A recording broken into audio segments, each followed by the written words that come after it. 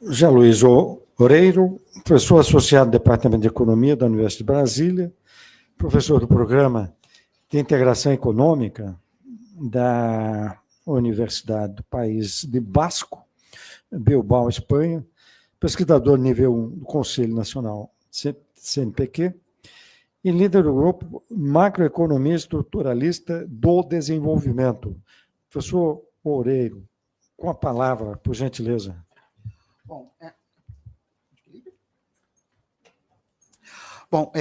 Boa tarde a todas e todos.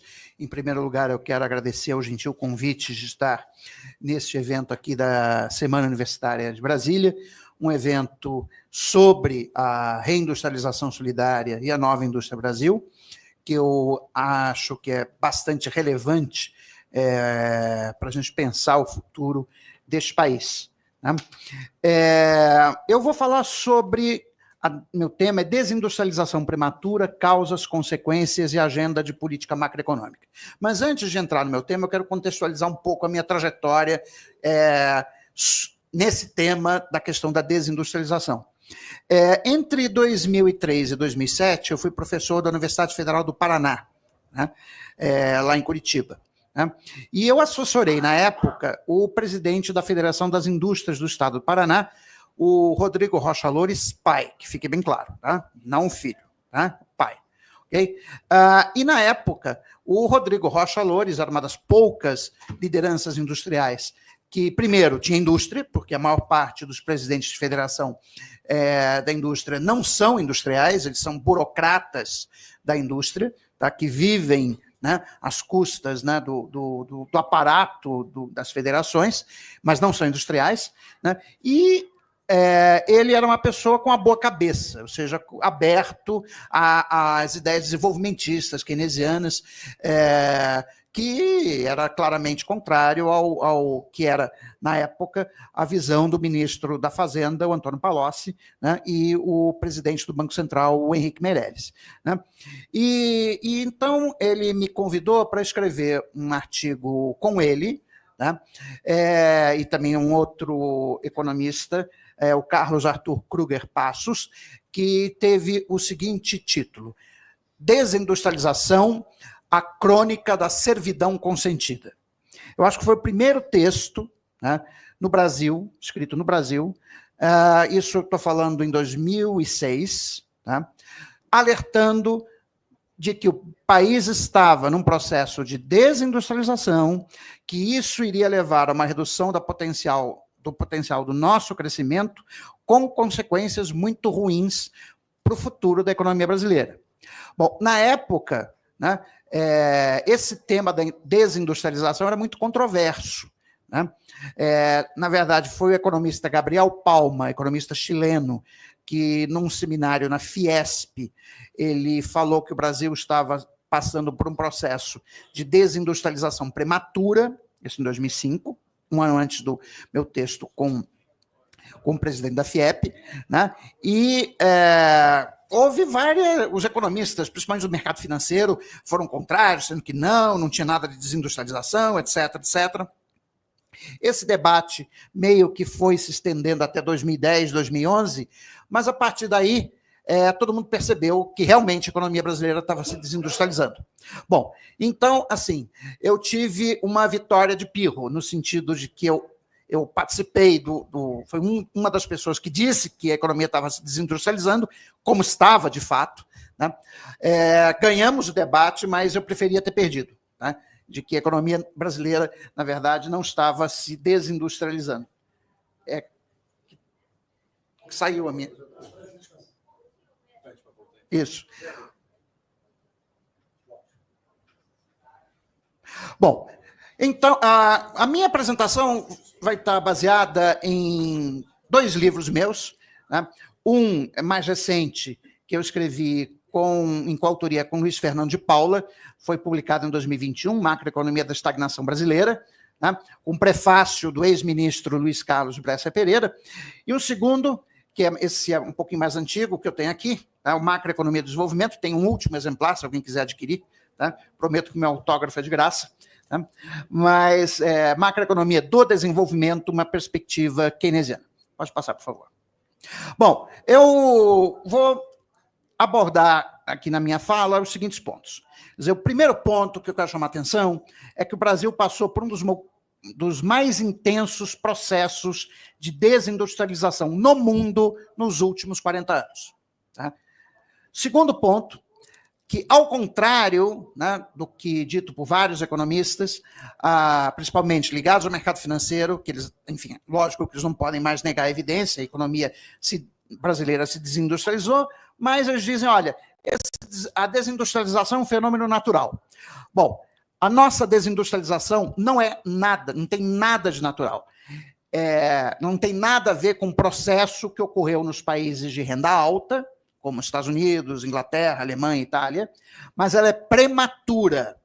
Né? É resultado de uma sobrevalorização crônica da taxa de câmbio, resultante tanto da doença holandesa, que eu vou explicar na sequência, e da taxa de juros estruturalmente alta observada no Brasil. É por isso que nós não podemos dissociar o debate sobre desindustrialização, reindustrialização, da condução da política macroeconômica. Esse foi o erro cometido nos governos Lula 1 e 2. Foram feitas várias políticas industriais, mas num contexto de câmbio sobrevalorizado e juros altos, e aí o que aconteceu foi simplesmente você enxugou gelo. Tá?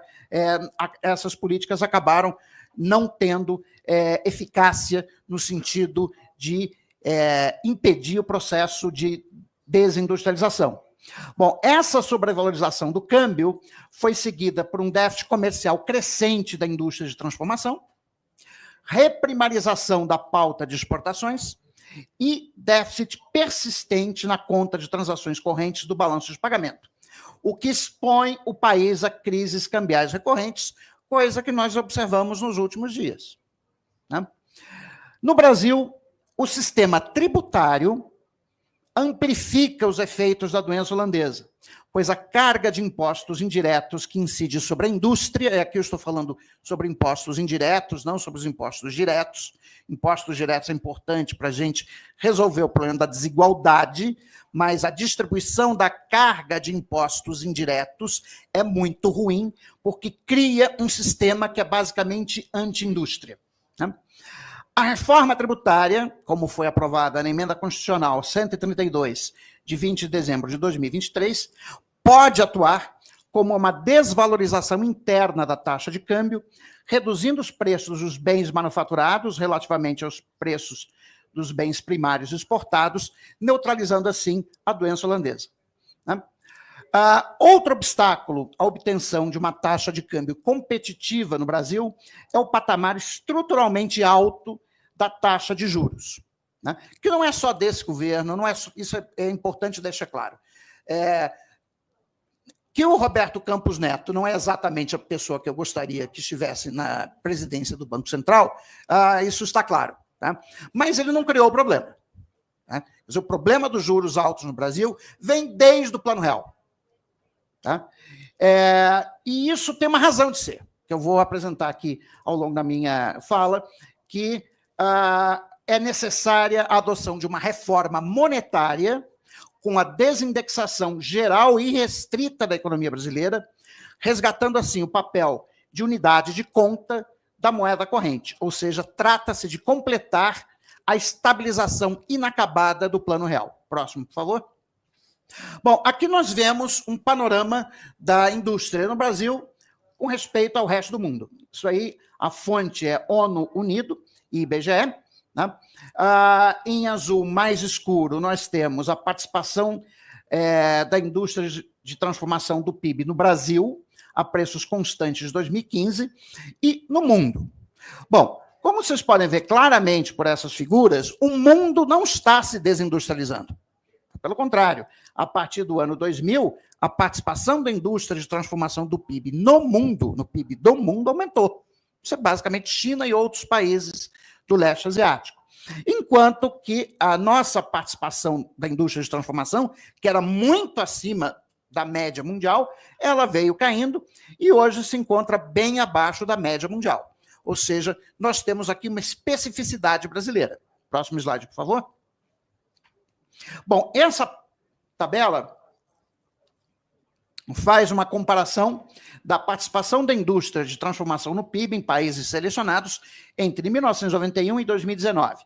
E aqui eu dividi por 3 blocos de países, né? Temos aqui América do Sul, Europa e Leste da Ásia. América do Sul, eu selecionei as 3 maiores economias, que é Argentina, Brasil e Colômbia. Na Europa, eu selecionei Alemanha, Dinamarca, Espanha, Itália e Suíça. E no Leste da Ásia, eu selecionei a Coreia do Sul e o Japão, né?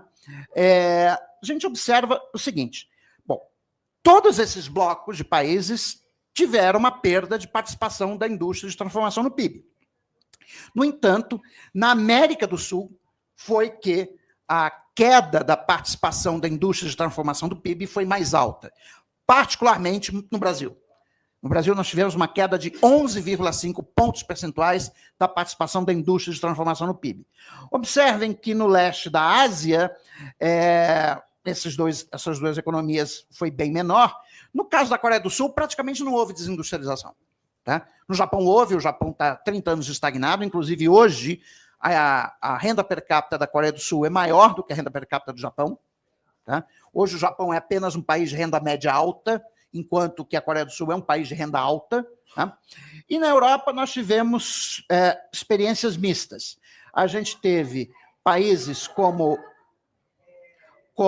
a Alemanha, né, e a Espanha, que tiveram uma queda significativa da participação da indústria de transformação no PIB, mas a Dinamarca e a Suíça com quedas menores da participação da indústria de transformação no PIB. Próximo slide, por favor. Bom, essa figura mostra não a participação da indústria de transformação no PIB, mas o nível de produção da indústria. Então, eu estou partindo de base 100 em outubro de 2002 e vai até julho de 2023.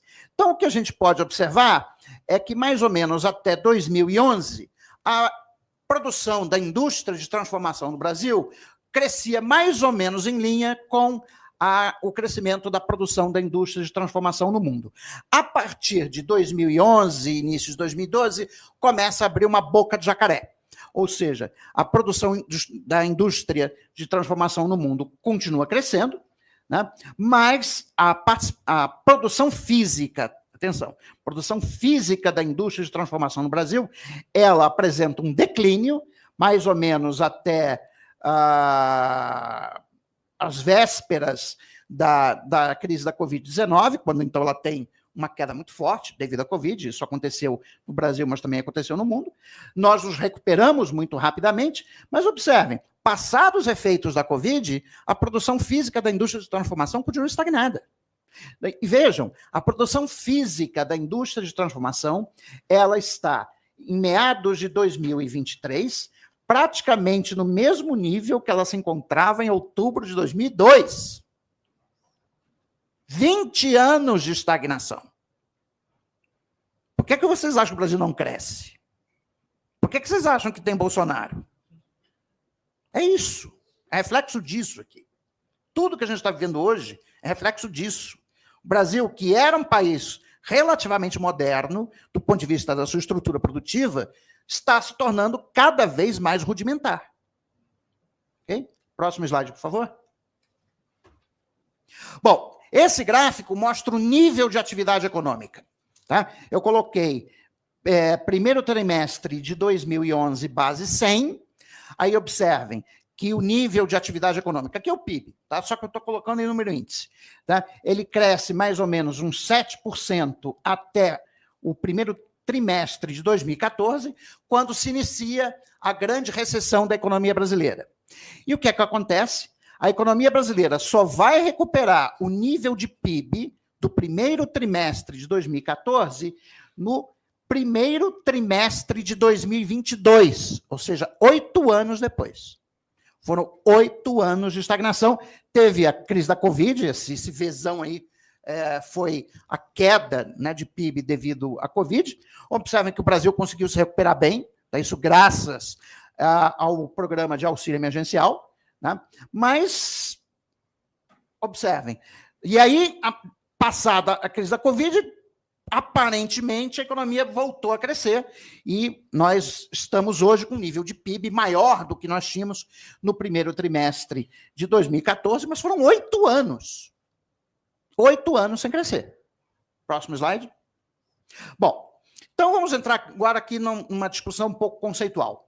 Para que a gente possa entender a diferença entre os dois processos, ou seja, a desindustrialização natural e a desindustrialização prematura, temos inicialmente que entender que o desenvolvimento econômico é o resultado de uma mudança estrutural, ou seja, da transferência de mão de obra dos setores com menor valor adicionado per capita para setores de maior valor adicionado per capita. Trata-se do que é denominado de sofisticação produtiva na literatura novo-desenvolvimentista ou complexidade econômica pelo César Hidalgo e Ricardo Hausmann. Nos estágios iniciais do processo de desenvolvimento econômico, aquilo que Rostow, que ganhou o prêmio Nobel, chamou de decolagem, ocorre uma grande transferência de mão de obra da agricultura para a indústria. É a fase da Revolução Industrial, na qual a participação da indústria de transformação no PIB e no emprego aumenta de forma contínua, proporcionando assim uma aceleração do crescimento do PIB per capita. Foi o que aconteceu com a China entre 1990 e 2010. Né? E o que aconteceu conosco entre 1930 e 1980. Né? Todos os países de renda alta passaram, em algum momento, por esse processo. Contudo, a partir de certo nível de renda per capita, ocorre uma diversificação crescente da demanda de consumo das famílias, as quais passam a demandar uma quantidade cada vez maior de serviços, muitos dos quais são direta ou indiretamente ligados à indústria. Nesse contexto, a participação da indústria de transformação no PIB e no emprego vai começar um processo de declínio, que eu coloco aqui entre parênteses, natural, né, o qual pode ser retardado por aquilo que o Roderick chamou de políticas neomercantilistas, que visem ampliar as exportações de produtos manufaturados para compensar a queda relativa da demanda doméstica. Essas políticas parecem ter sido bem-sucedidas nos casos da Dinamarca e da Suíça, países de renda alta da Europa, que tiveram uma redução modesta ou pequena da participação da indústria de transformação no PIB. Então, aqui nós temos um gráfico estilizado mostrando o que seria a desindustrialização natural. No eixo horizontal eu tenho a renda per capita, no eixo vertical estou medindo duas variáveis, a participação da indústria de transformação no PIB e a participação da indústria de transformação no emprego. Né? Então, o que acontece nos estágios iniciais do processo de desenvolvimento econômico, ambas as participações aumentam, só que chega um determinado nível de renda per capita, a partir do qual isso começa a cair. Essa é a desindustrialização natural, é a que ocorreu nos Estados Unidos, ocorreu na Alemanha, ocorreu na Inglaterra, né, etc. Próximo, por favor. Bom, mas temos um outro tipo de desindustrialização, que é a desindustrialização prematura. Então, a desindustrialização natural não foi o caso dos países da América Latina, notadamente o Brasil, os quais se desindustrializaram antes de se tornarem países de renda alta. Trata-se daquilo que o economista Danny Roderick chamou de desindustrialização prematura. Ao contrário da desindustrialização natural, fenômeno associado à mudança na composição de demanda de consumo nos países de renda alta, a desindustrialização precoce está associada com a adoção de políticas econômicas neoliberais, associadas ao consenso de Washington, a partir da década de 1990. Nós fizemos isso na América Latina. O leste asiático não fez. Isso é uma diferença importante. Com efeito, as economias da América do Sul adotaram políticas de liberalização comercial e financeira a partir dos anos 1990, com a redução generalizada de alíquota de importação, abertura da conta de capitais do balanço de pagamentos, sobrevalorização cambial como instrumento básico de controle da inflação, redução da participação do Estado na economia por intermédio da privatização de empresas estatais e redução do financiamento estatal para investimento em infraestrutura e atualização tecnológica do parque industrial. Bom, no caso brasileiro, eu publiquei um paper com o Luciano D'Agostini e o Paulo Gala na PSL Quarterly Economic Review, né, que analisa o caso brasileiro para o período 98-2017, e nós mostramos, a partir do modelo econométrico, no qual a participação da indústria de transformação no PIB ela é determinada por dois conjuntos de variáveis. a competitividade preço, medido pela taxa real de câmbio, e a competitividade extra-preço, medido pelo hiato tecnológico, a gente mostrou que cerca de 40% da desindustrialização verificada na economia brasileira deve-se à sobrevalorização, nesse período, deve-se à sobrevalorização da taxa de câmbio, e os restantes 60% deve-se ao aumento da distância da indústria brasileira com respeito à fronteira tecnológica. Próximo, por favor. Bom, esse é o artigo, para quem estiver interessado em consultar, o Open Journal System, então não precisa pagar para acessar. Próximo, por favor. Não, pode passar. Isso aí é detalhe do modelo econométrico. Pode, passa também esse. Esse aqui eu quero chamar a atenção. Tá? Esse é um índice, tá? Que é o índice de complexidade econômica. O índice de complexidade econômica foi desenvolvido pelo Hidalgo. Tá? Existe, inclusive, o Atlas de Complexidade Econômica, que vocês podem acessar. Tá? O índice de complexidade econômica, no fundo, mostra o quão sofisticada é a estrutura produtiva de uma empresa, de um país. Tá? Bom, observem, a complexidade econômica da economia brasileira despencou entre 2005 e 2017. Nós nos tornamos uma economia menos complexa. Significa que a nossa indústria de transformação ficou mais para trás do ponto de vista tecnológico do que a indústria de transformação da China, por exemplo. Ou seja, em 2005 era razoavelmente fácil enfrentar os chineses. Hoje não é. Hoje é muito mais complicado. Isso aí continuou caindo depois de 2017. Próximo, por favor. Bom, isso aqui foi só a tabela final do nosso estudo, que a gente avalia entre 2005 e 2017. Na primeira linha, mostra a participação efetiva da indústria de transformação no PIB, que em 2005 era 17,32%, em 2017 tinha caído para 12,44%, ou seja, uma redução de quase 5 pontos percentuais nesse período. E aí nós fizemos um experimento contrafactual, que foi dizer o seguinte, olha, quanto que seria a participação da indústria de transformação do PIB se eu não tivesse câmbio sobrevalorizado?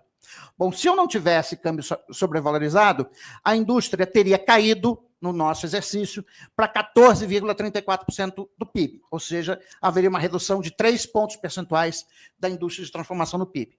Bom, então a diferença entre os 4,88 que efetivamente ocorreram e os 3 que teriam ocorrido se o câmbio tivesse permanecido no lugar foi o atribuído à defasagem tecnológica crescente da indústria brasileira. Próximo, por favor.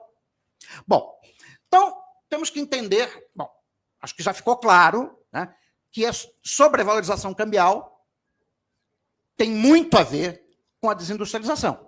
E, portanto, a política macroeconômica tem muito a ver com a desindustrialização. Bom, eu pertenço a uma escola de pensamento que é uma, vamos dizer assim, uma síntese entre o keynesianismo e o desenvolvimentismo, que é o novo desenvolvimentismo, que tem como seu grande prócer o professor Luiz Carlos Bresser Pereira. Uma das principais proposições do novo desenvolvimentismo é que a existência de recursos naturais abundantes em um determinado país gera aquilo que o economista argentino Marcelo Diamond chamava de uma estrutura produtiva desequilibrada, ou seja, uma estrutura produtiva na qual o custo unitário de produção de bens primários não é apenas inferior ao custo internacional de produção desses bens, bem como inferior ao custo unitário de produção dos bens manufaturados. Bom, isso vai ter uma série de consequências, né? Isso vai fazer com que o preço de oferta dos bens primários, o que é preço de oferta? Essa é a linguagem de economista. É aquele que incorpora a taxa normal de lucro da economia doméstica, seja inferior ao preço de oferta dos bens manufaturados. Então tem essa primeira desigualdade aqui, bem simples, preço dos bens primários menor do que o preço dos bens manufaturados. Nas economias em que a estrutura produtiva é equilibrada, por sua vez, os custos unitários de produção de bens primários e manufaturados são aproximadamente iguais entre si, pois os níveis de produtividade do trabalho em ambos os setores de atividade são semelhantes. É aquilo que o Caldor chamava de economia madura. Então, para as economias maduras, o preço de oferta dos bens primários produzidos nessas economias é igual ao preço de oferta dos bens manufaturados. Então, temos essa segunda condição. Próximo, por favor. Bom, os bens primários... Agora, o que é um bem primário? O bem primário é um bem homogêneo. Então, se a gente pega vamos pensar café, que o Brasil ainda é o maior exportador de café no mundo. Bom, café é basicamente café.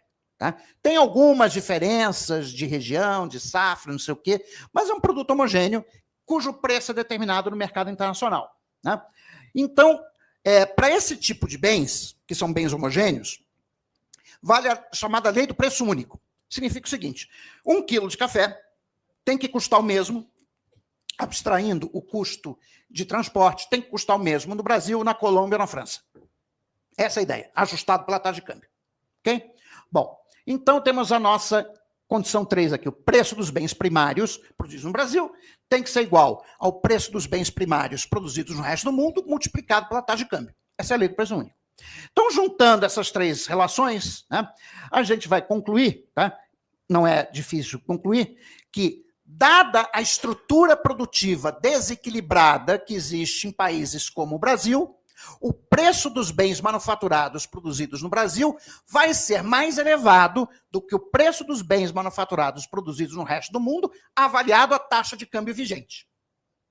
Ou seja, né, a taxa de câmbio que equaliza os preços domésticos e internacionais dos bens primários, o preço dos bens manufaturados nacionais será superior ao preço em moeda nacional dos bens manufaturados produzidos no resto do mundo. Daqui resulta que, embora os bens primários sejam competitivos nos mercados internacionais, os produtos manufaturados não vão ser. Para que os manufaturados fossem competitivos nos mercados internacionais, seria necessário que a taxa de câmbio fosse alta o suficiente, ou seja, depreciada o suficiente, para equalizar os preços nacionais e internacionais dos manufaturados. Bom, a taxa de câmbio que faria isso é o que nós chamamos de taxa de câmbio de equilíbrio industrial. Né? Próximo slide, por favor. Bom, aqui tem um gráfico bonito, né, para a gente entender o problema brasileiro, né, de desindustrialização. Dado que o Brasil é um país rico em recursos naturais e, portanto, tem uma estrutura produtiva desequilibrada, nós temos duas taxas de câmbio de equilíbrio. Uma que é a taxa de câmbio de equilíbrio industrial, em azul, a linha mais grossa. E a segunda é a taxa de câmbio que equilibra o balanço de pagamentos. A taxa, devido à abundância de recursos naturais, a taxa de câmbio que torna as empresas nacionais competitivas no mercado internacional é mais alta do que a taxa de câmbio que equilibra o balanço de pagamentos. Né? Então, isso gera uma tendência à sobrevalorização do câmbio. E o câmbio eu estou colocando nessa linha, aqui acho que está preta, né? Mas, né? Com mais acidentada, né? Então, o que nós temos aqui é uma situação inicial, né, em que o câmbio está acima da taxa de equilíbrio industrial. Isso aqui é o câmbio de mercado, determinado pelo mercado, okay? Mas devido, né, à doença holandesa, ele se aprecia, né? Então, se eu só tivesse a doença holandesa, o câmbio ia parar de ter um piso que era essa linha laranja. Só que, além de ter a doença holandesa, a gente tem a doença brasileira, né, que é uma taxa de juros mais alta do que a taxa de juros de equilíbrio, que é dada pela taxa de juros internacional, mais o prêmio de risco país. Isso vai resultar num outro problema, que é a entrada de capitais especulativos, que não é capital que está trazendo tecnologia para o país, investindo em fábricas, é simplesmente o pessoal da Volkswagen da Alemanha, que empresta dinheiro para a Volkswagen do Brasil, para a Volkswagen do Brasil comprar títulos da dívida pública e, com isso, ganhar, hoje, 11,25% de juros ao ano, o que é um juro extremamente atrativo, e depois ela remete para a sua sede em Frankfurt. Okay? Então, observem, eu tenho essa tendência à sobrevalorização do câmbio, né? Com o juro além do juro de equilíbrio, o câmbio fica abaixo da taxa de câmbio de equilíbrio do balanço de pagamentos, então eu tenho déficit no balanço de pagamentos, até que chega um momento que o mercado diz, não dá, é insustentável. Aí eu tenho estouro da boiada. Quando eu tenho estouro da boiada, é crise cambial. Aí o câmbio volta a ficar competitivo, mas aí vem novamente o processo de sobrevalorização do câmbio e voltamos tudo a estaca zero. Próximo, por favor. Bom, efeitos disso no Brasil. Primeiro, sobre a balança comercial. Em azul, nós temos a balança comercial de produtos primários e semi-manufaturados. Em vermelho, porque está no negativo, é de produtos manufaturados. Observem, enquanto que no segundo trimestre de 2012, a balança comercial global registrava um superávit pouco maior do que 5 bilhões de dólares, né? A balança comercial da indústria de transformação tinha um déficit de 27 bilhões de dólares. Esse déficit estava sendo coberto, obviamente, pelo superávit dos bens primários, né? Observem que, tirando 2016 e 2017, que houve uma redução significativa do déficit da balança comercial do setor manufaturado, durante todo esse período, nós operamos com um déficit trimestral da ordem de 25 bilhões de dólares, o que significa um déficit de mais de 100 bilhões de dólares por ano da indústria de transformação. Próximo, por favor. Bom, essa aqui é a composição da nossa pauta de exportações. Em 1930, o Brasil era uma grande fazenda de café. Em 1980, eu tinha 9 anos, né? Eu nasci em 71. Eu lembro de um discurso que eu vi o general Figueiredo, o último general da ditadura, dizer que naquele ano o Brasil tinha alcançado o posto de 8ª economia do mundo, isso em 1980. O Brasil tinha se transformado numa potência industrial em que nós tínhamos um parque industrial mais sofisticado do mundo em desenvolvimento e isso é uma estatística que o professor Delfim Neto sempre gostava de mencionar. Em 1980, a produção industrial brasileira era maior do que a produção industrial combinada da China, da Índia e da Coreia do Sul. E nós exportávamos produtos manufaturados. Na verdade, até 2003, mais de 50% das nossas exportações eram de produtos manufaturados. E produtos básicos, apenas 30%. E o que é que acontece ao longo do tempo? A participação dos manufaturados na pauta de exportações vai caindo e fica abaixo de 30% em 2023. Enquanto que a participação dos produtos básicos, que aqui é basicamente soja, minério de ferro, boi, mais alguma outra coisa, passa de 30% para quase 60% das nossas exportações. Ou seja, nós tivemos uma reprimarização da nossa pauta de exportações. Todo o nosso esforço de desenvolvimento econômico, começado lá com Getúlio Vargas, em 1930, foi jogado fora. Próximo slide, por favor. Bom, e esse é o resultado da conta corrente do balanço de pagamentos, né? Tirando um breve período entre 2003 e 2007, que o Brasil teve superávit na conta de transações correntes do balanço de pagamentos, no período 95-2022, o Brasil operou com um déficit, né? E o que mais chama atenção, né, é que, apesar da desvalorização do câmbio ocorrida, né, mais recentemente, né, nós ainda estamos com um déficit em conta corrente próximo de 3% do PIB. Tá? Isso, em algum momento, vai dar problema. Tá? Próximo, por favor. Bom, e a taxa de câmbio? Aqui eu estou medindo a evolução da taxa real efetiva de câmbio no Brasil. A taxa real efetiva de câmbio, só para explicar, ela é uma cesta de moedas, ou seja, você está calculando a taxa real de câmbio do real contra uma cesta com as 16 moedas dos nossos principais parceiros comerciais, ponderando pela participação de cada um, né, e levando em conta a inflação. Tá? Então, isso aqui é a taxa real efetiva de câmbio. Observem que lá a série vai de janeiro de 2004 a agosto de 2024, é a média móvel dos últimos 12 meses. Observem que de 2004 até 2011 foi um desfiladeiro abaixo de valorização do câmbio. Isso explica, de uma certa forma, a enorme popularidade das duas administrações do governo Lula, porque com uma valorização do câmbio dessa magnitude, a gente conseguiu inflação baixa, conseguimos manter o salário real, só que a gente estava matando a indústria. É isso que a gente estava fazendo.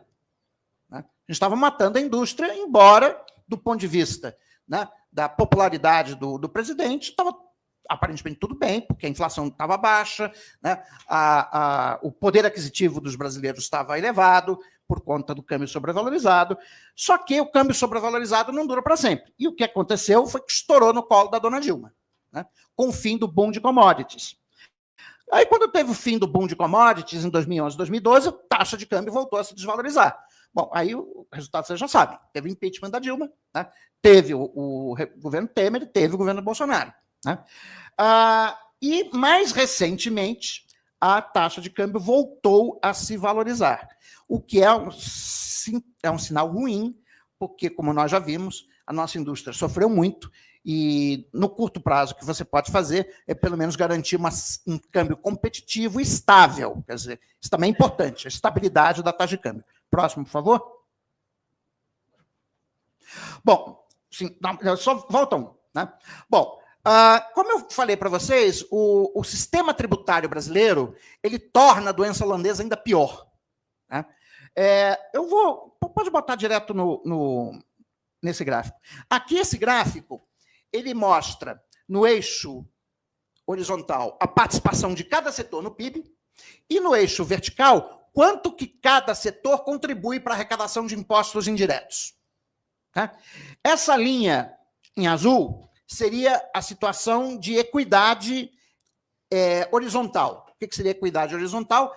Cada setor contribui para a arrecadação tributária o mesmo que ele contribui para o PIB. Isso seria o ideal. Né? Bom, agora o que a gente observa? Qual é o ponto fora na curva? Adivinha? A indústria de transformação. Ela contribui com 10% do PIB e 30% da carga de impostos indiretos. Já o pessoal da agropecuária, olha como a gente é bonzinho com eles. Depois dizem, o agro é tudo, o agro é pop, é tech, é que a gente é bonzinho com eles. Eles contribuem com menos de 5% do PIB, né? E tem 2% de participação na carga tributária. Não estou nem falando do Plano Safra, tá?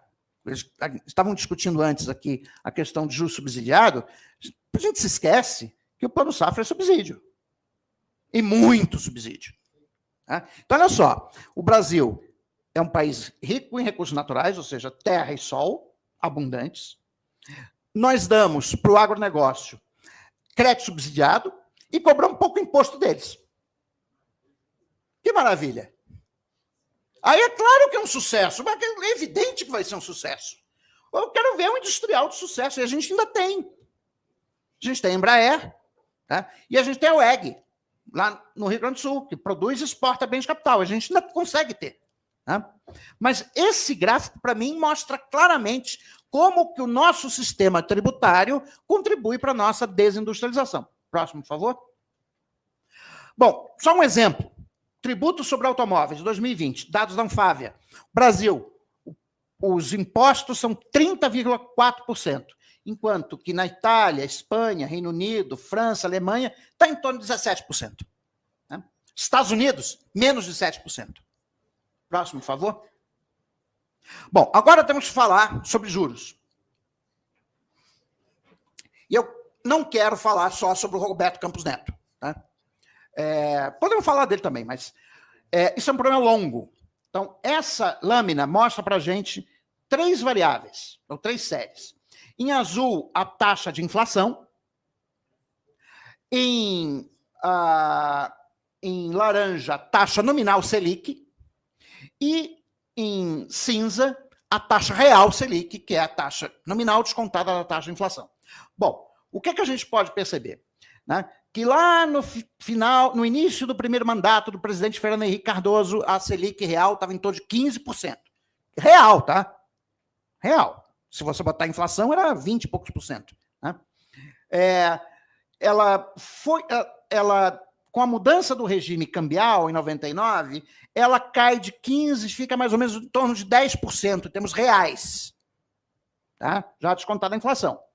Aí, a partir de 2007, 2008, com a crise financeira internacional, observa-se um processo, vou parafrasear aqui o Geisel, de um processo de redução lenta, gradual e segura, tá, da taxa real de juros. Ela vai caindo, caindo, chega em 2015, ela está no seu patamar mais baixo, a real, está em torno de 2% real. Tá?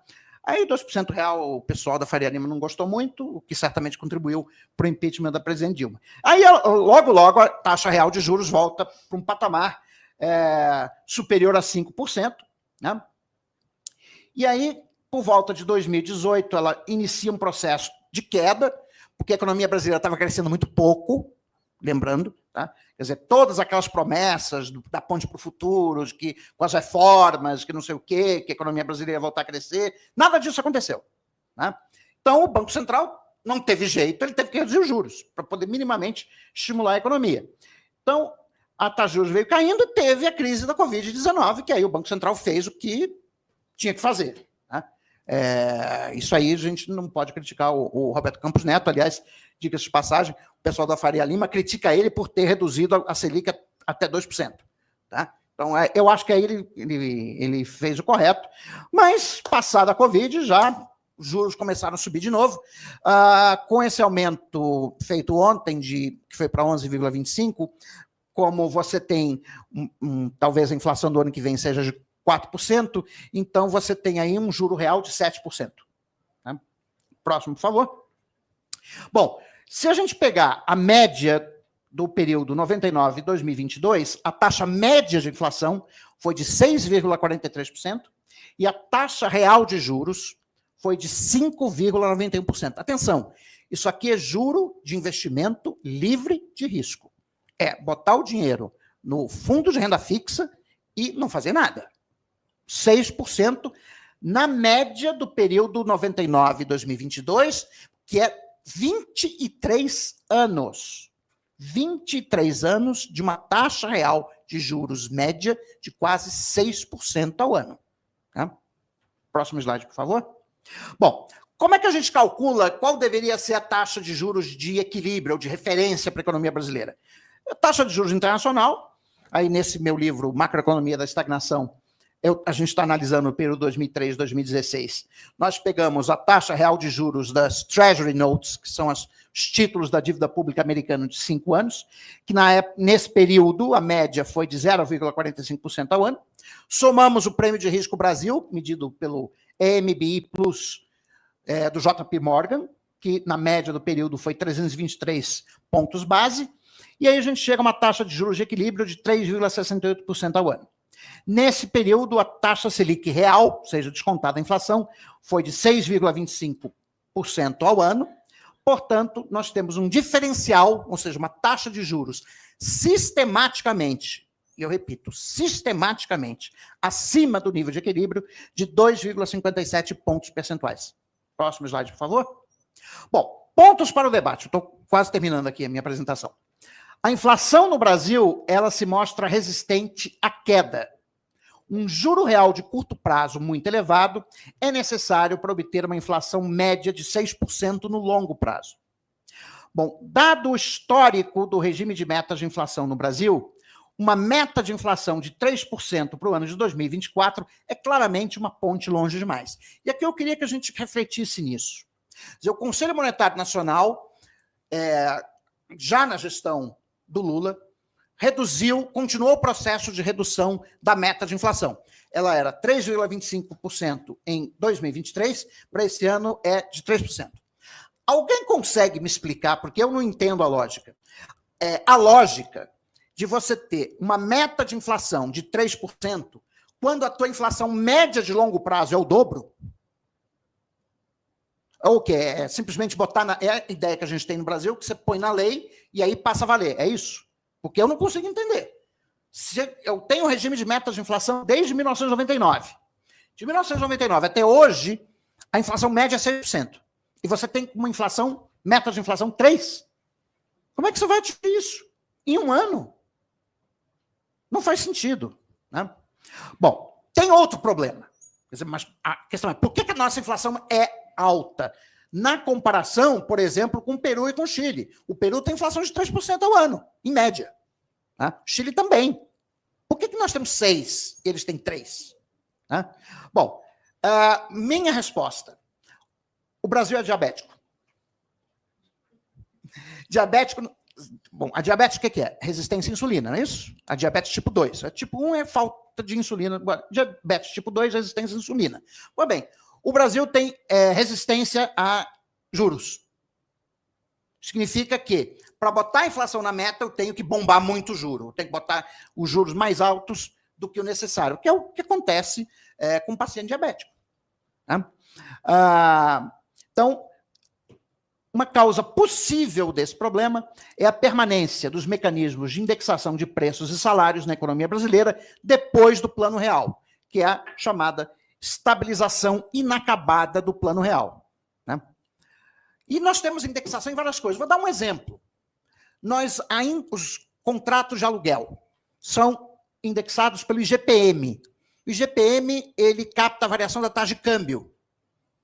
Bom, mas vem cá, o imóvel é um bem não transacionável. Por que você vai reajustar o valor do imóvel com base na taxa de câmbio? Não faz nenhum sentido isso. Né? Isso fazia sentido lá atrás, no período de inflação alta. Por quê? Quando os proprietários dos imóveis não tinham muita referência de preço, então o pessoal pensava o valor dos imóveis em dólar.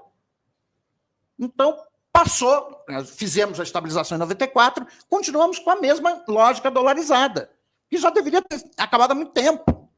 Outra coisa, temos a chamada 50% da nossa dívida, da dívida imobiliária interna, são letras financeiras do Tesouro, que é um título sui generis, que ele é indexado à própria taxa Selic. Isso significa o seguinte, que quando a taxa de juros sobe, o preço do título não cai, pelo contrário, quem tem o título passa a ganhar imediatamente mais dinheiro. Então, o que acontece? Ontem, quando o Banco Central aumentou a taxa de juros em 0,5 pontos percentuais, como 50% da dívida está atrelada à Selic, sabe quanto é que ele gerou de gasto a mais para o governo para os próximos 12 meses? 26 bilhões de reais.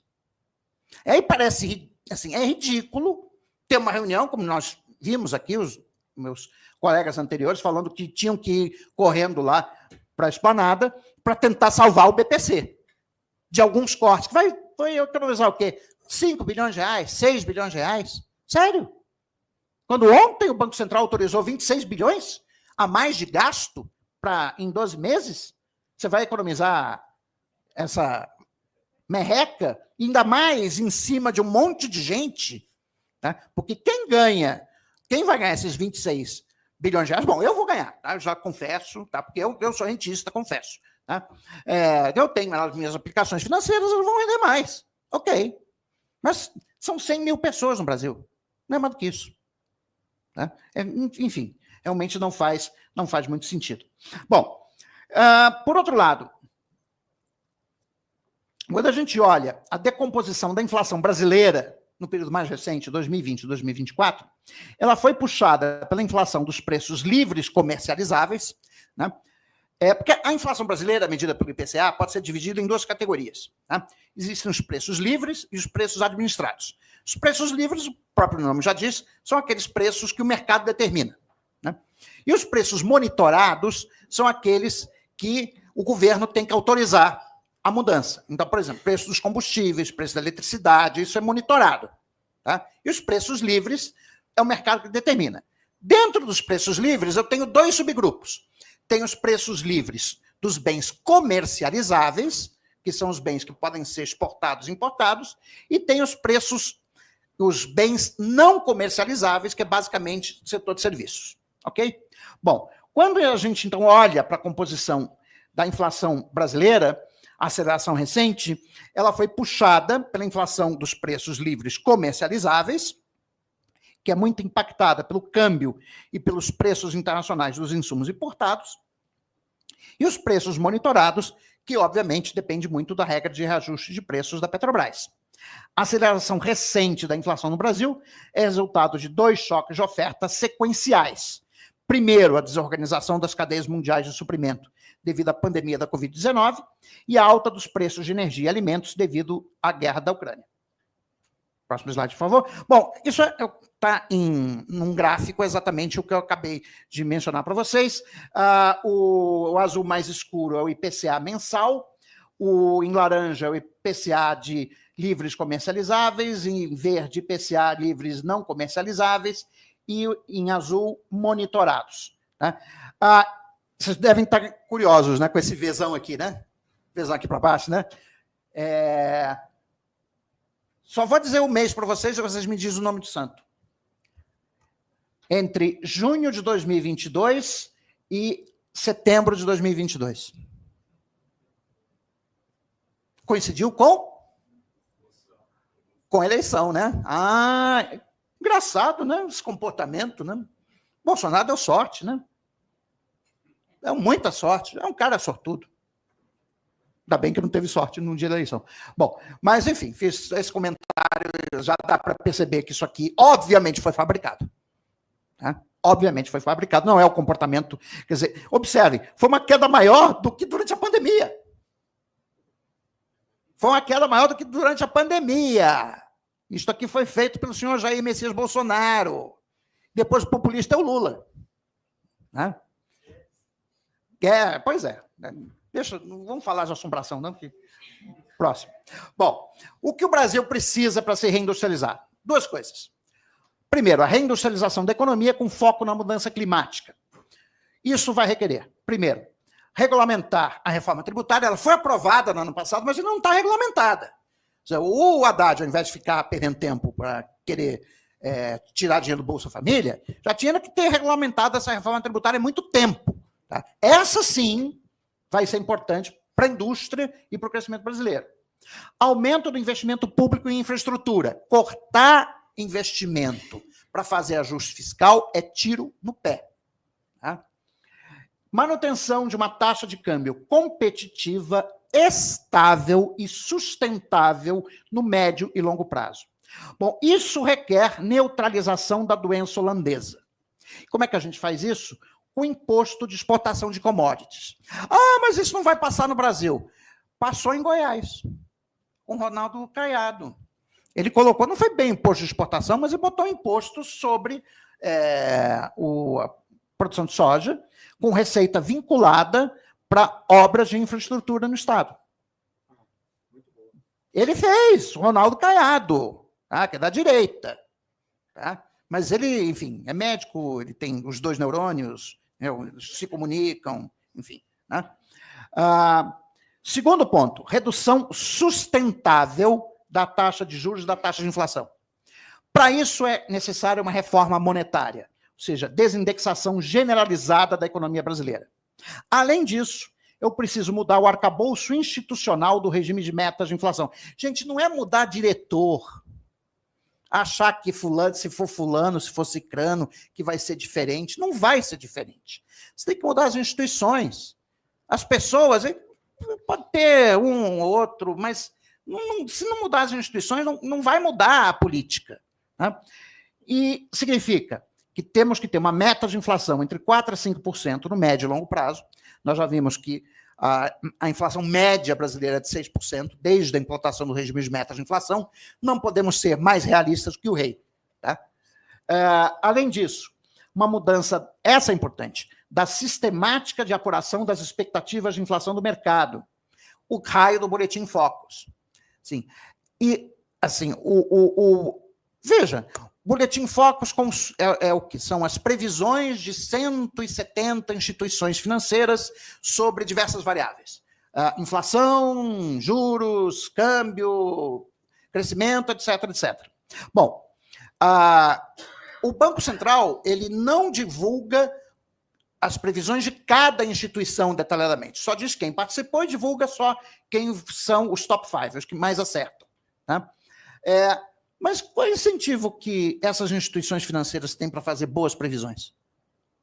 Não, pelo contrário, se a gente for ver o histórico do Boletim Focus nos últimos anos, eles têm errado sistematicamente. Errado sistematicamente a previsão de crescimento, errado sistematicamente a previsão de inflação. Então, tem alguma coisa errada com esse Boletim Focus. A gente precisa, ou seja, existem evidências de vieses cognitivos e de interesse no atual Boletim Focus. Né? E, por fim, a substituição do IPCA cheio pelo núcleo de inflação como métrica do regime de metas de inflação no Brasil. Observem, aquela figura que eu coloquei mostrando a decomposição da variação do IPCA mostra que a inflação cheia, medida pelo IPCA, está muito sujeita a choque de oferta. Choque de oferta, taxa de juros não resolve. Então, por exemplo, nós tivemos no Brasil este ano um período muito grande de estiagem, que evidentemente está se refletindo na inflação de alimentos. porque reduziu a oferta. Bom, muito bem, por mais poderoso que o cupom do Banco Central se considere, ele elevar a taxa de juros não vai aumentar as chuvas. Pode até ter um problema de coincidência, do tipo, no momento que o Banco Central está elevando a taxa de juros, está chovendo mais, mas isso é pura coincidência. Tá? Então, a ideia seria substituir o IPCA pelo núcleo de inflação, que já faz a exclusão desses elementos que são mais sensíveis a choques de oferta, e você olha apenas aqueles componentes da inflação que são mais sensíveis a choques de demanda, que é isso que o Banco Central pode controlar. Agora, inflação gerada por choque de oferta, o Banco Central não pode fazer nada. Próximo, por favor. Bom, era isso que eu tinha para falar para vocês hoje. Aqui estão os meus contatos. Muito obrigado.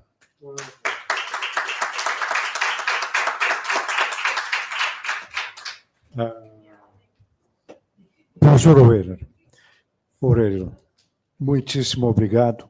Isso contempla uma série de questões que já foram aqui problematizadas, colocadas como prioridades na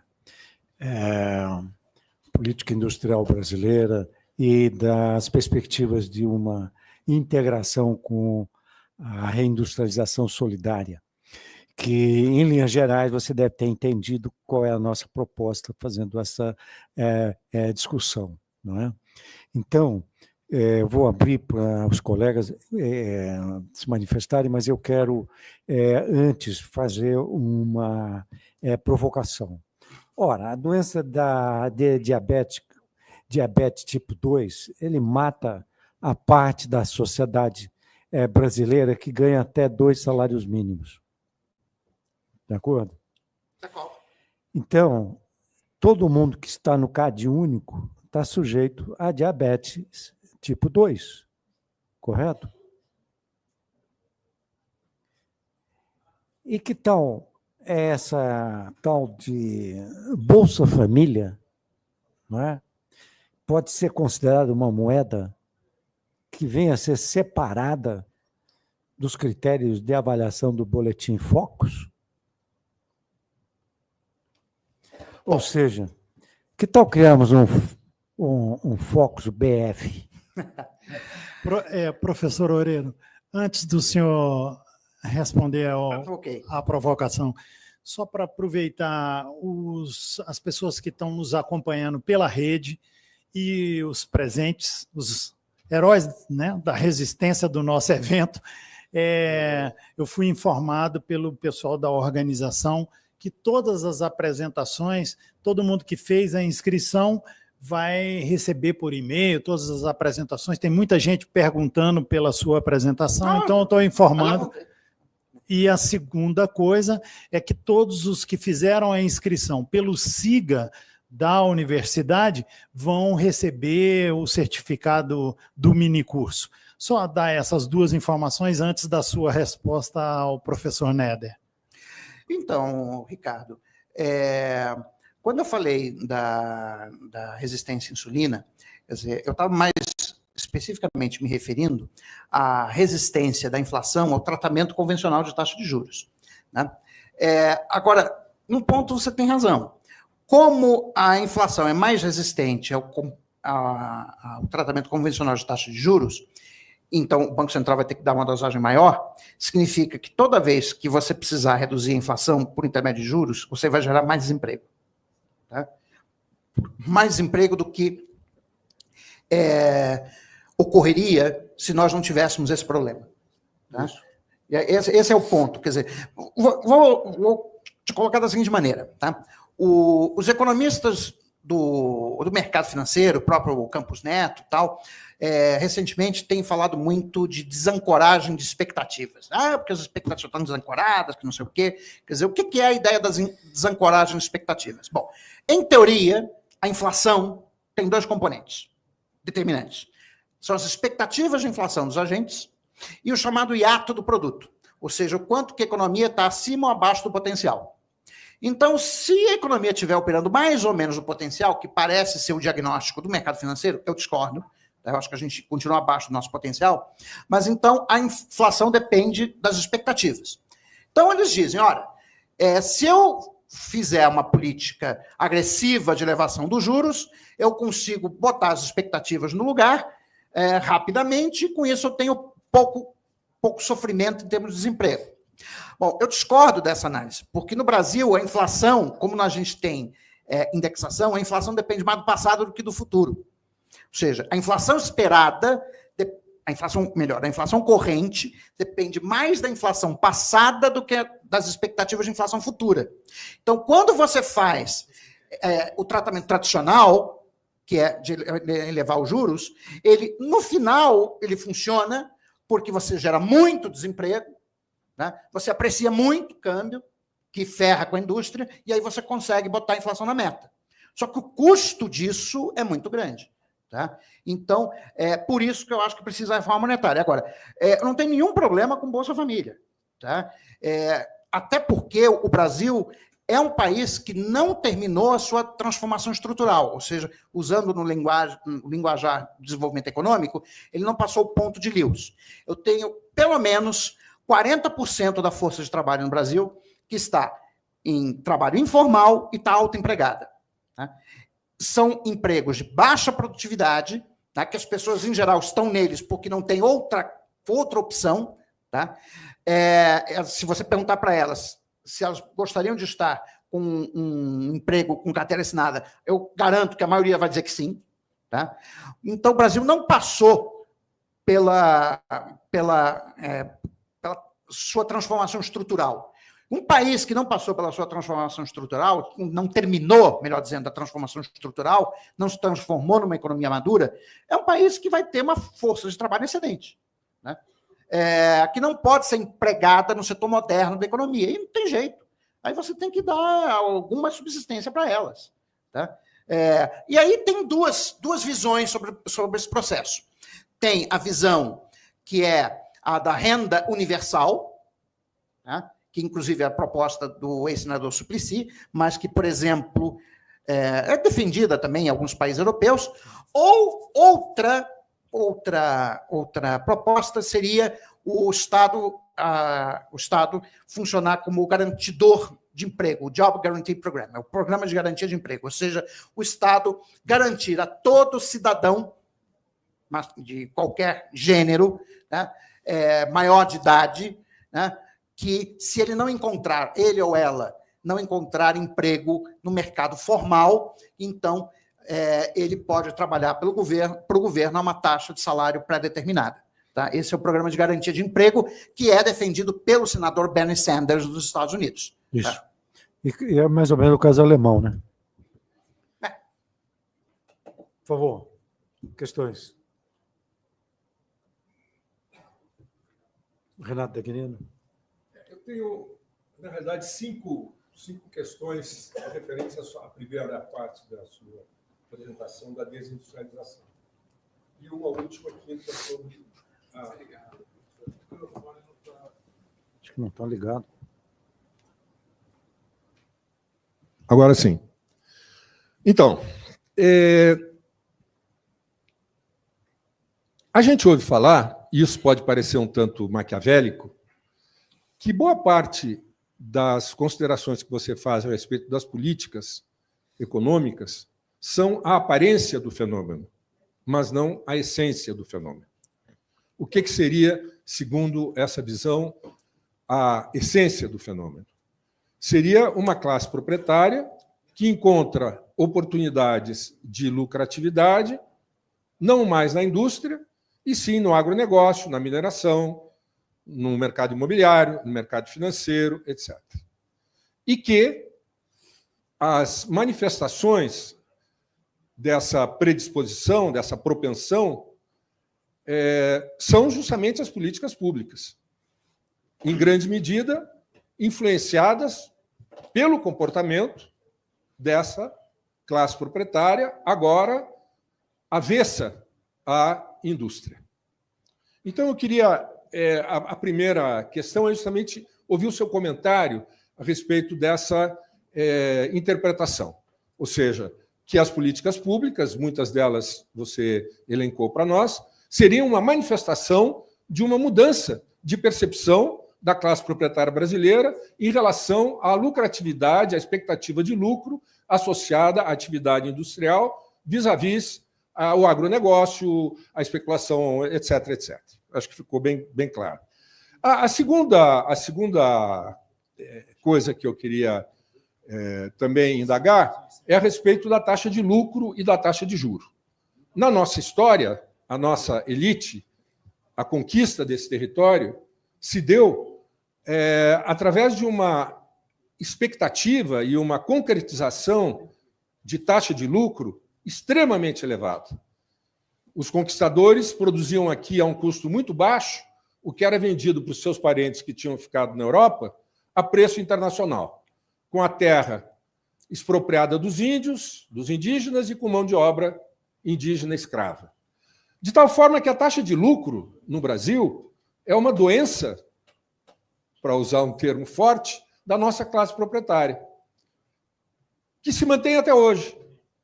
E a desigualdade que nós temos no Brasil é justamente uma consequência dessa excessiva, mesmo para um padrão capitalista, excessiva taxa de lucro. Nesse sentido, a taxa de juro ela é determinada no nosso país pela taxa de lucro. E o fato de nós termos uma das taxas de juros mais altas do mundo se deve ao fato de que temos uma taxa de lucro, uma das mais altas do mundo.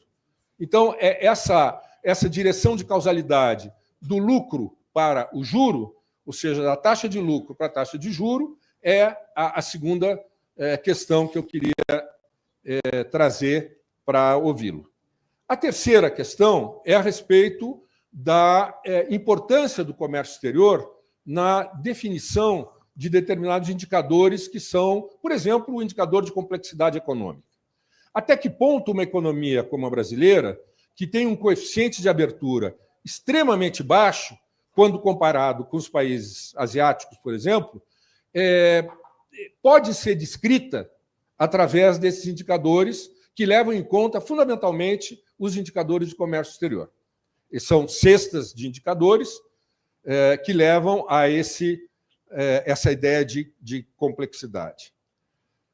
O quarto ponto que eu queria chamar a atenção é sobre como os países do Sudeste Asiático não se desindustrializaram e o Brasil e a América Latina se reprimarizou. Por que isso aconteceu? A explicação disso é uma explicação geopolítica, é uma explicação do papel, sobretudo dos Estados Unidos, nesse cenário internacional, que reservou à América Latina o papel de quintal, e a Coreia, primeiro o Japão, depois a Coreia do Sul, etc., o papel de jardim. Né? Então, essa metáfora, né, foi criada pelo Fan Silber no seu livro Industrialização Trunca na América Latina, que mostra claramente como não foi desejo da nossa classe proprietária internalizar conhecimento tecnológico, desenvolver conhecimento tecnológico novo, e, dessa forma, o choque do consenso de Washington nas nossas economias foi muito mais predatório por essa razão. Finalmente, a quinta questão diz respeito sobre o que fazer. As duas recomendações essenciais que você coloca, elas não consideram uma mudança como a que a gente pretende.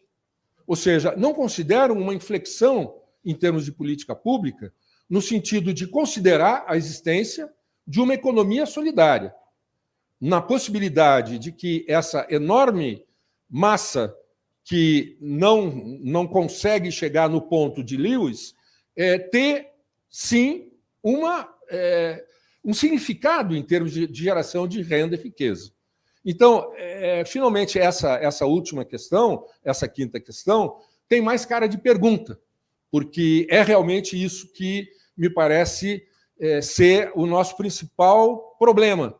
Como fazer com que a economia solidária seja objeto de política pública? Bom, obrigado pelas... Mais alguém? Obrigado pelas considerações. Vou começar pela última. Nada que eu disse aqui é incompatível com qualquer proposta sobre economia solidária. Tá? Quer dizer, o que eu vim trazer aqui foi um diagnóstico sobre o problema da desindustrialização brasileira e o que a gente tem que fazer para resolver esse problema, que eu acho que implica uma mudança profunda no regime de política macroeconômica, que é essencialmente o mesmo desde o Plano Real.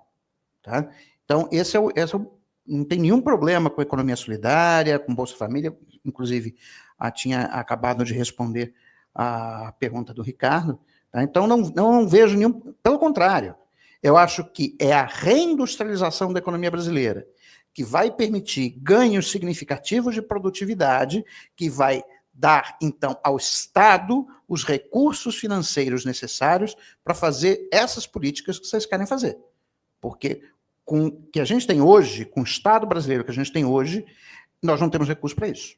Tá? A gente está vendo agora que a disputa sobre orçamento, sobre o BPC, no terceiro governo do Lula. Quando o Banco Central ontem aumentou a despesa financeira do governo em 26 bilhões de reais. Como é que você vai fazer política pública com... Ano que vem, o pagamento de juros da dívida vai ser 900 bilhões de reais. Se a gente não mudar política macro, não tem recurso no orçamento. É tão simples quanto isso. E na medida que a gente muda a política macro, a gente consegue reindustrializar. Né? Por que a Faria Lima briga tanto pela política macro? Eles até deixam, pelo menos deixavam, no governo Lula 1 e 2, deixa o Lula fazer Bolsa Família aí, tal, mas a política macro é nossa. Por quê? Porque é por intermédio desse mecanismo que eles se apropriam de dinheiro, e muito dinheiro de verdade. Quer dizer, vai para 900 bilhões de reais ano que vem. Vai se tornar, não sei se ano que vem, em 2026, a despesa com juros vai superar a despesa com previdência social. Isso é o cenário que nós temos. Um Estado que está apropriado pelo setor rentista. Uma bomba relógio?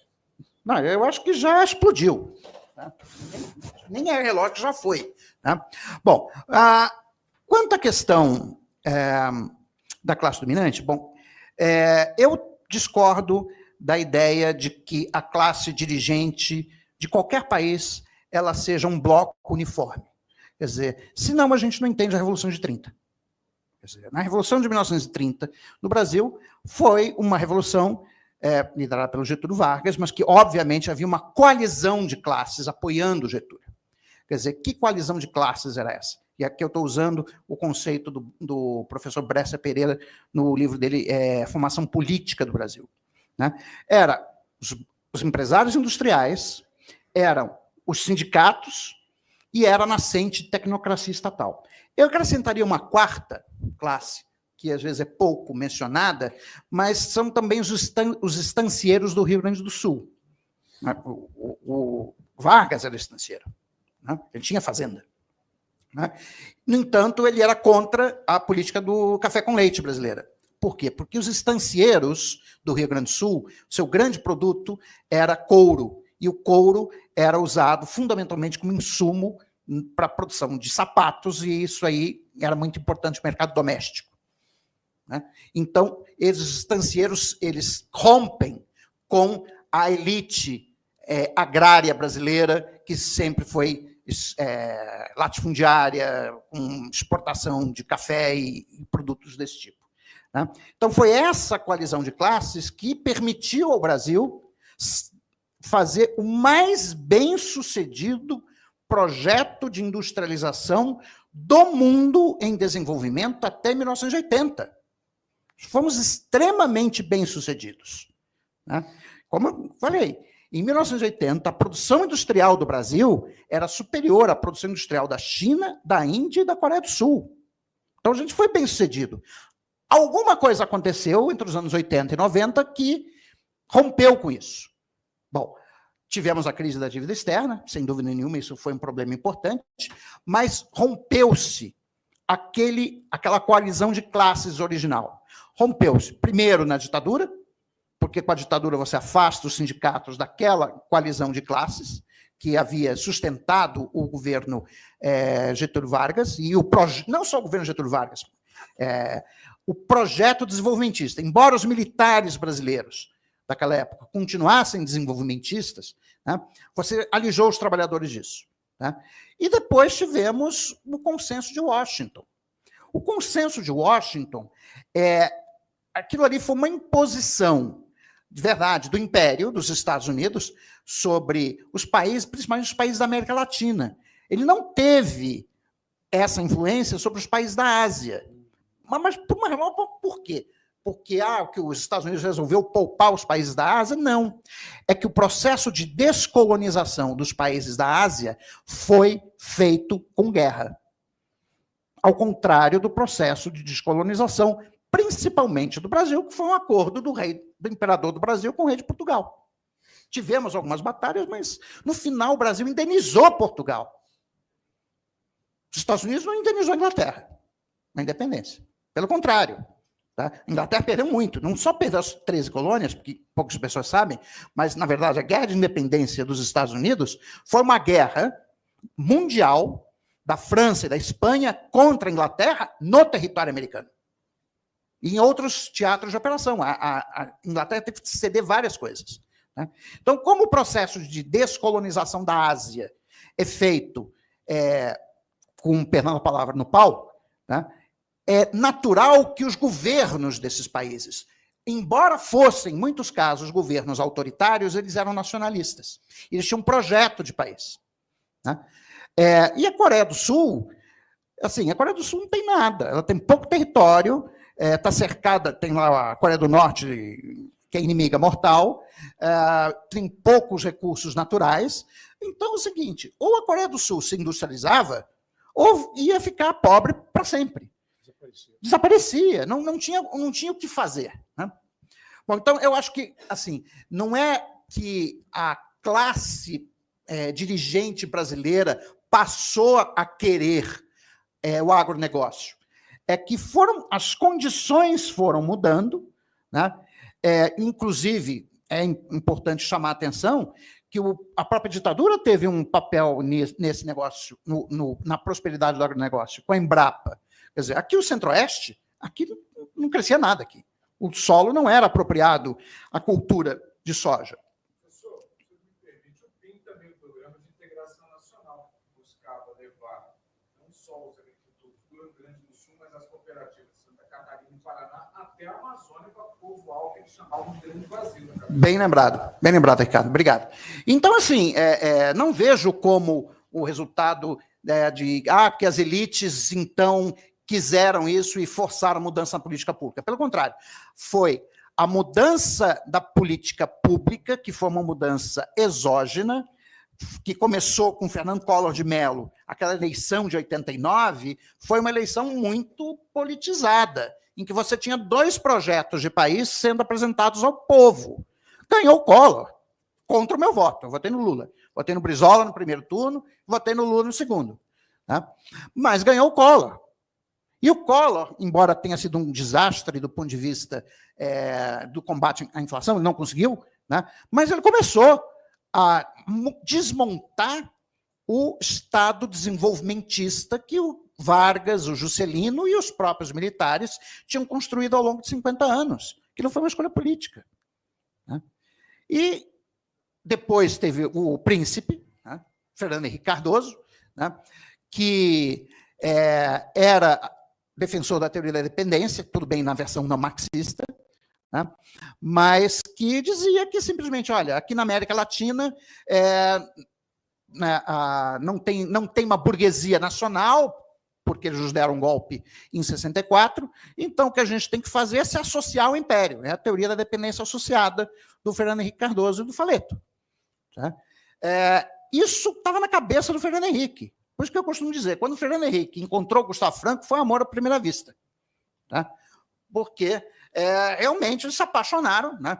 E o Gustavo Franco falando tudo o que o Fernando Henrique queria ouvir, e como vocês sabem, inclusive o próprio Fernando Henrique disse uma certa vez, naquele livro dele, acho que chama A Arte da Política, ele escreveu assim, dizendo, eu achei muito, muito curioso a citação dele, dizem que eu sou vaidoso.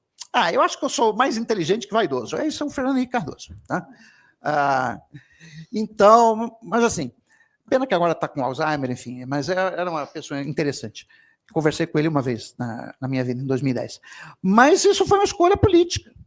E a partir daí, você muda os incentivos de mercado. Porque quando você tem abertura comercial que foi feita no Collor, quando você tem aumento da taxa de juros feita durante o Plano Real e apreciação do câmbio, com câmbio apreciado e sem tarifa comercial, o que vai acontecer é a inundação de produtos importados.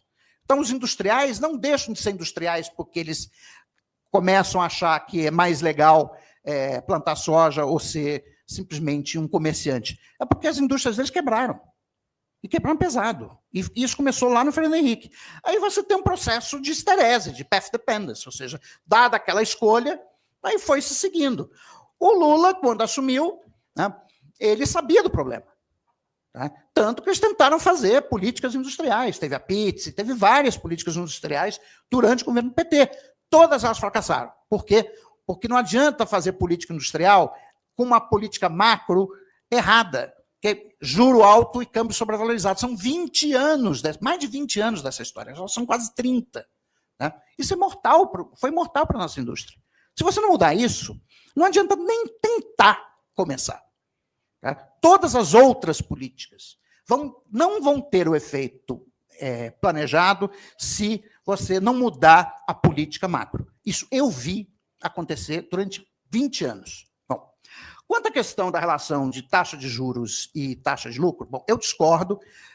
Primeiro, a nível teórico, eu sou um economista keynesiano, não sou um economista marxista, eu acho que a taxa de juros é determinada por razões estritamente monetárias, mas isso é um debate teórico que a gente pode fazer em outras circunstâncias. Né? Mas eu tenho um grande amigo meu, que é um economista marxista, que é professor da PUC do Rio Grande do Sul, que é o Adalmir Marchetti, que vem trabalhando, ele escreveu recentemente um livro na Inglaterra, com 3 colegas deles lá do Rio Grande do Sul, mostrando dados sobre taxa de lucro no Brasil. Né?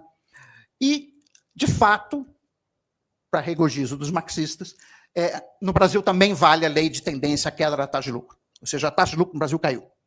Né? Se a gente comparar a taxa de lucro nos anos 50 com a taxa de lucro nos anos 90, a taxa de lucro nos anos 90 é muito mais baixa que nos anos 50. E, no período de 2010 a 2014, a taxa de lucro cai de 12% para 4,5%. Isso aí, para mim, é o fator que explica o impeachment da Dilma. Você foi um profit squeeze, né, um esmagamento de lucros, que detonou o processo político que levou ao impeachment da presidente Dilma Rousseff. Né? Então, e da onde que veio esse profit squeeze? Veio câmbio sobrevalorizado, veio dos salários crescendo acima da produtividade, né, que no setor de serviços gera inflação mais alta, porque o setor de serviços pode repassar. Né?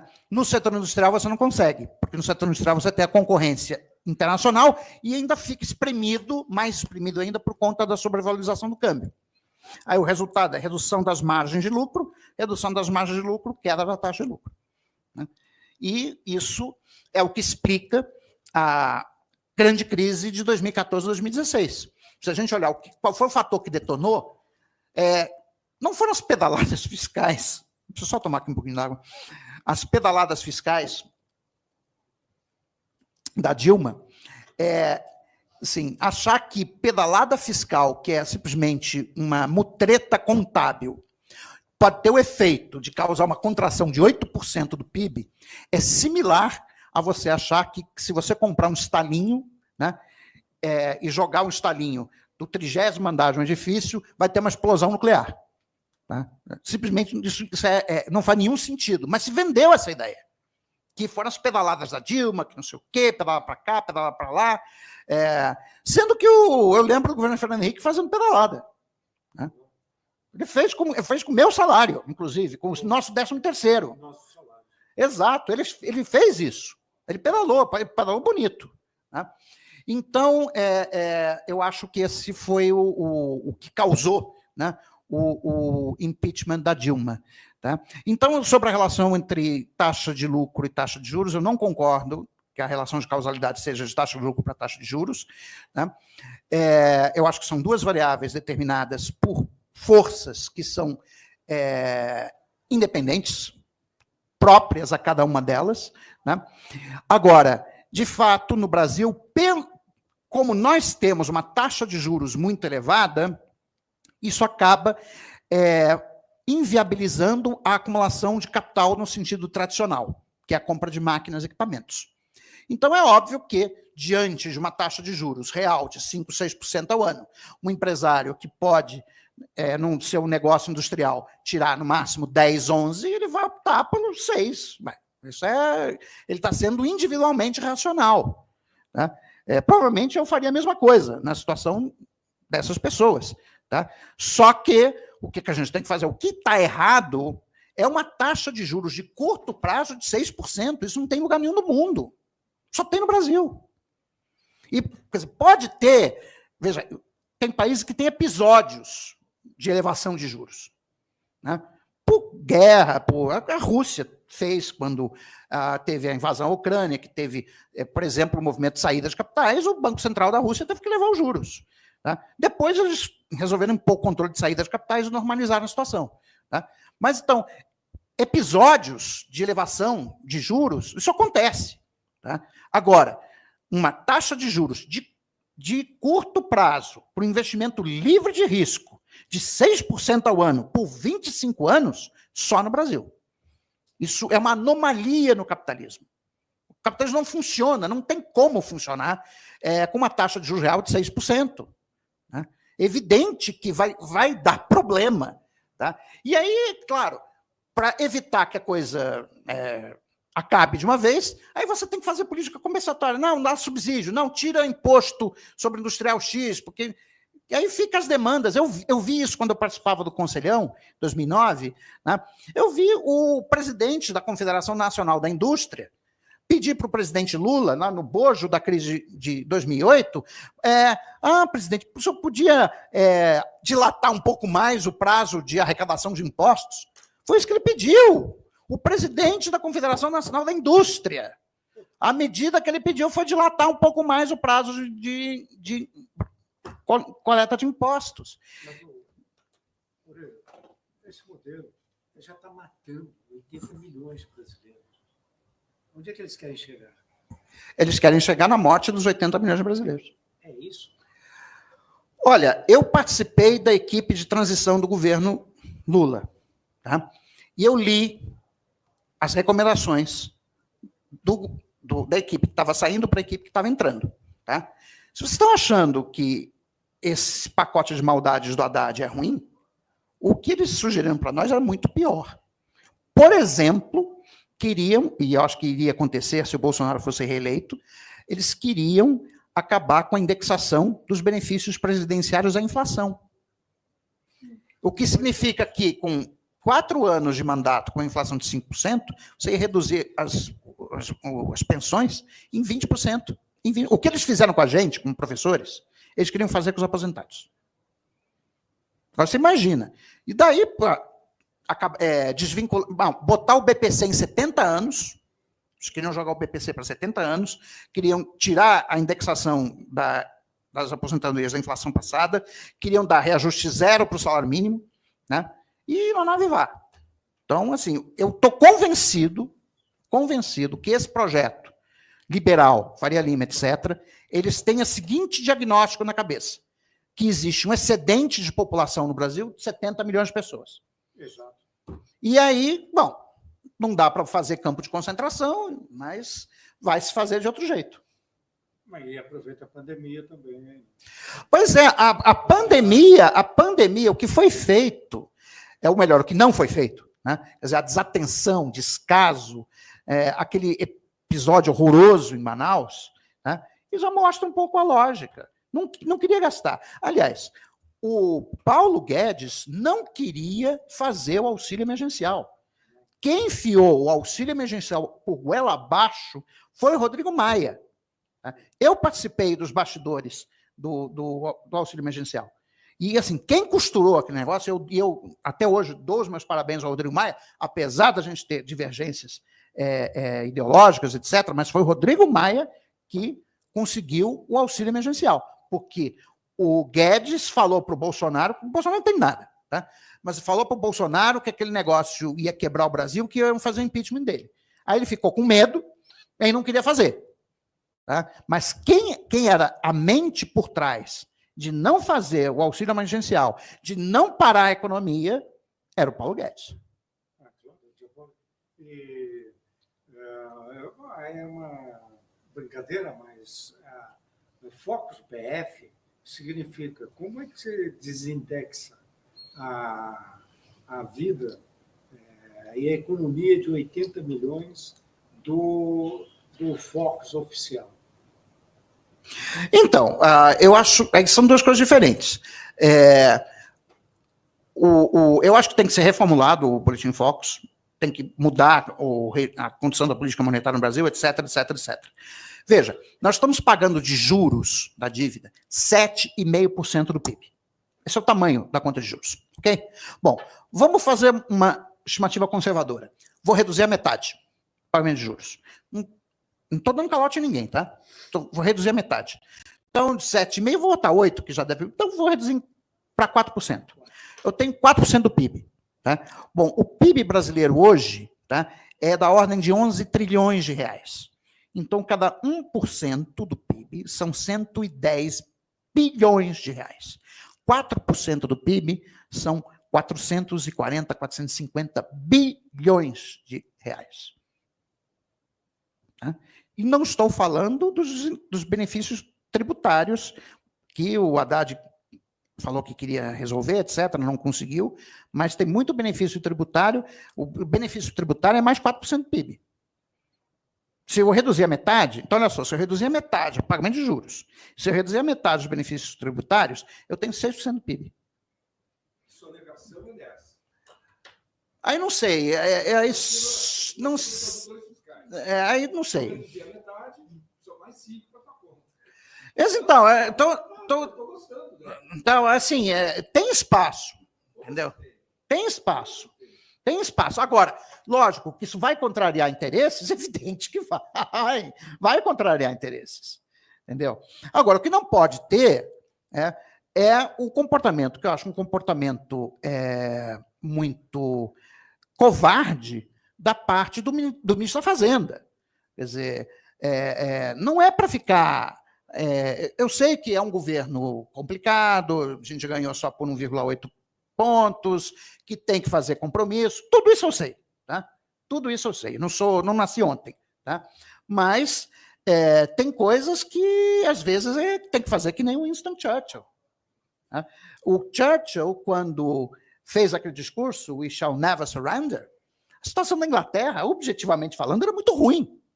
Quer dizer, e todo mundo achava que a Inglaterra ia se render. Né? Mas não se rendeu. Mas o projeto genocida, contra os 80 milhões, tem que ser desmontado. O que nós estamos discutindo como reindustrialização solidária, acoplado ao modelo... Não, microfone. Um novo modelo. Está gravando aí? O projeto de genocida, de destruição de 80 milhões de brasileiros, vivendo à margem ou à míngua, ou como lá que você queira qualificar, nós temos que desmontá-lo. E como é que se desmonta um projeto genocida? Pelas dicas que foram hoje discutidas entre o Zé Dirceu e a nossa equipe, e os palestrantes da manhã, parte da tarde. Então, essa questão toda veio à tona, e um ponto-chave, me parece, é como é que você desatrela uma parte do que eu estou chamando, metaforicamente, a moeda Focus, da moeda Bolsa Família. Alguns países, em situação de guerra, tiveram que fazer isso, criar duas moedas, uma para o popular não morrer de fome e ter as suas transações reconhecidas com uma moeda específica, e outra das transações nacionais com o exterior, inclusive com o dólar, né? Eu quero fazer 2 observações, né? A primeira, sobre como é que a gente interrompe o projeto genocida. Nós perdemos uma bela oportunidade no dia 8 de janeiro de 2023. Isso eu comentei com o Disseu. Comentei com o Disseu em São Paulo, quando eu estive lá semana retrasada. Né? Eu nunca vi uma tentativa de golpe de Estado que dá errado e os mandantes não perdem a cabeça. Eu sei que no Brasil não existe pena de morte, mas quantos mandantes foram presos? Só foi prender agora o Alexandre de Moraes, prendeu aquela senhora lá, que, enfim... De Tubarão. De Tubarão, tá? Assim, aquilo ali é um caso... Eu não sei se eu tenho pena, se eu rio, assim, porque, assim, é uma coitada, entendeu? Ela deve ser meio perturbada a cabeça e que fez uma coisa sem pensar, ou que sofreu lavagem cerebral e fez um troço desses. Né? Nenhum do povo do Bambu foram presos. Pois é, e assim, ninguém foi preso. Assim, Bolsonaro está inelegível, mas está livre. Quer dizer, aí é Maquiavel. Né? Quando as maldades você faz todas de uma vez, as bondades você faz a conta-gotas. E é melhor para o príncipe ser temido do que amado. Então, ali eu achei que foi fraqueza do governo, que deveria ter sido outro comportamento. Quando teve a tentativa de golpe na Espanha, no dia 23 de fevereiro de 1981, estava no parlamento espanhol, na sessão do parlamento, o vice-presidente do governo para assuntos militares, que era o general Melado.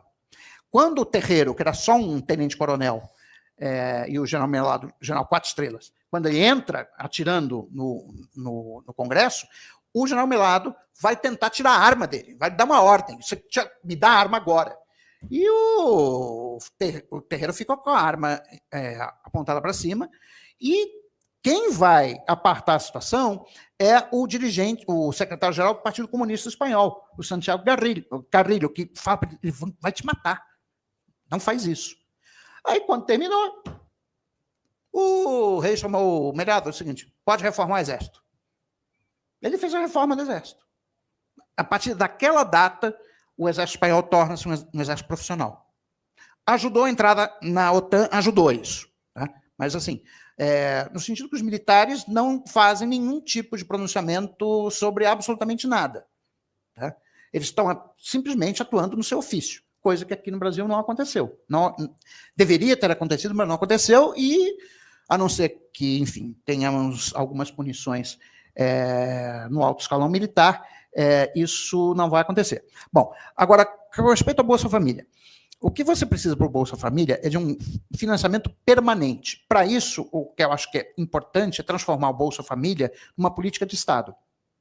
Coisa que, inclusive, se não me engano, tinha sido ideia do Serra na eleição de 2010, mas ele perdeu, e isso não virou política de Estado. Então, por exemplo, você não tem uma regra de reajuste do Bolsa Família, não existe isso. Não existe essa regra de reajuste. Ela não é uma política de Estado. Significa o seguinte, que se amanhã mudar o governo, né, amanhã que eu digo 2026, o governo pode simplesmente extinguir o programa. Tá? Então, eu acho que é importante ter um mecanismo de financiamento garantido. Tá? Isso em lei, de preferência, dentro da Constituição. Tá? Que é um programa do Estado brasileiro que vai vigorar até que os indicadores sociais atinjam um determinado patamar, e aí você faz os estudos que você quiser, etc. Mas tem que ser uma política de Estado, não pode ser uma política de governo.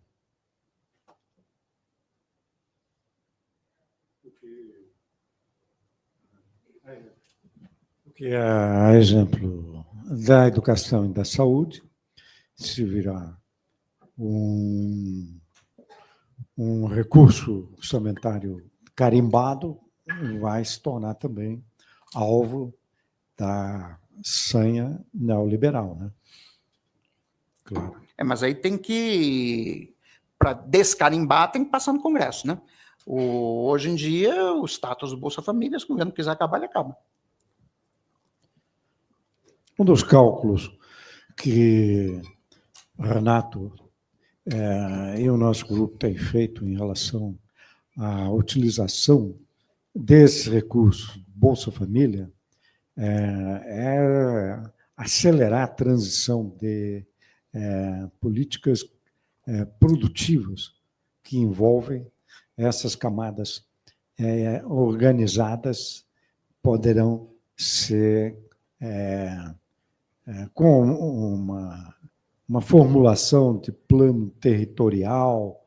Eu, atualmente, estou assessorando um grupo que é do programa Periferia Viva. Periferia Viva é um programa lá modesto. Não está funcionando.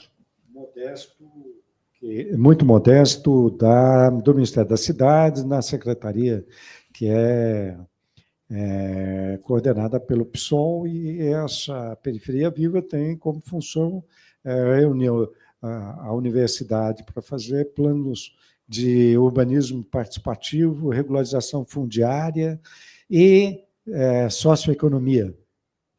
E eu vejo que é possível Só microfone, acho que.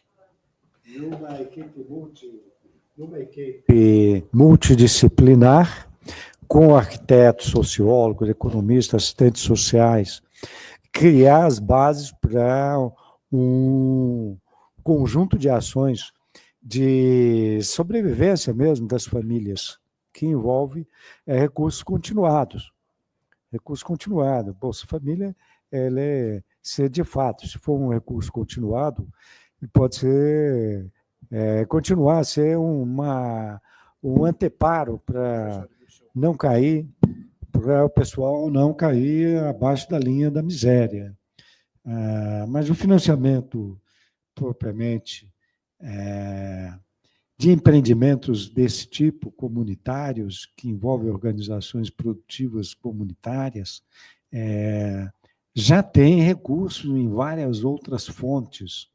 E é preciso haver uma reunião disso, em termos de um modelo até econométrico. Ele precisa ser calculado, tem seus custos de transação aí, desse segmento das organizações produtivas populares.